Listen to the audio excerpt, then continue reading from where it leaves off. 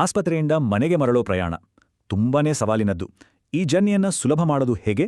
ಬನ್ನಿ ನೋಡೋಣ. ಹಾಸ್ಪಿಟಲಿಂದ ಡಿಸ್ಚಾರ್ಜ್ ಆದ್ಮೇಲೆ ಮುಂದೆ ಏನು ಅನ್ನೋ ಚಿಂತೆ ಕಾಡುತ್ತೆ. ಆಗ ಸರಿಯಾದ ಸಪೋರ್ಟ್ ಇದ್ರೆ ಎಷ್ಟು ಚೆನ್ನಾಗಿರುತ್ತಲ್ವಾ. ಅದಕ್ಕೆ ಇರೋದು SVT ಹೋಮ್ ಹೆಲ್ತ್ ಕೇರ್. ಇದು ಆಸ್ಪತ್ರೆ ಮತ್ತು ಮನೆಯ ನಡುವೆ ಒಂದು ಭರವಸೆಯ ಸೇತುವೆ ಇದ್ದಾಗೆ. ಇವರ ಸೇವಾ ಕೇಂದ್ರ ಇರೋದು ಬೆಂಗಳೂರಿನ JP ನಗರದಲ್ಲಿ. ಇಲ್ಲಿಂದಲೇ ಸಮಗ್ರ ಆರೈಕೆಯ ವ್ಯವಸ್ಥೆ ಮಾಡಲಾಗುತ್ತೆ. ಇವರ ಸ್ಟ್ರಾಟಜಿನೇ ಸಿಂಪಲ್: ನುರಿತ ನರ್ಸಿಂಗ್ ಪರಿಣತಿ ಜೊತೆಗೆ ಸ್ಪೆಷಲೈಸ್ಡ್ ಮೆಡಿಕಲ್ ಎಕ್ವಿಪ್ಮೆಂಟ್ಸ್. ಅಂದ್ರೆ ಮೊದಲು ನುರಿತ ನರ್ಸಿಂಗ್, ಜೊತೆಗೆ ಬೇಕಾದ ಮೆಡಿಕಲ್ ಎಕ್ವಿಪ್ಮೆಂಟ್ ಮತ್ತು ನಿರಂತರ ಮಾನಿಟರಿಂಗ್ ಇದೇ ಇವರ ಸಕ್ಸೆಸ್ ಫಾರ್ಮುಲಾ. ಇಲ್ಲಿ ಕೇರ್ ಗಿವರ್ಸ್ ಬೆಳವಣಿಗೆಗೆ ತುಂಬಾನೇ ಪ್ರಾಮುಖ್ಯತೆ ಇದೆ. ಹೊಸ ಟೆಕ್ನಿಕ್ಸ್ ಮತ್ತು ಎಕ್ವಿಪ್ಮೆಂಟ್ ಬಗ್ಗೆ ನಿರಂತರ ಟ್ರೈನಿಂಗ್ ಸಿಗುತ್ತೆ. ಈ ಟ್ರೈನಿಂಗಿಂದ ನರ್ಸಿಂಗ್ ಸ್ಟಾಫ್ಗೆ ಮೆಡಿಕಲ್ ಎಕ್ವಿಪ್ಮೆಂಟ್ಸ್ ಹ್ಯಾಂಡಲ್ ಮಾಡಕ್ಕೆ ಕಾನ್ಫಿಡೆನ್ಸ್ ಬರುತ್ತೆ, ಕುಟುಂಬಕ್ಕೂ ಧೈರ್ಯ ತುಂಬಬಹುದು.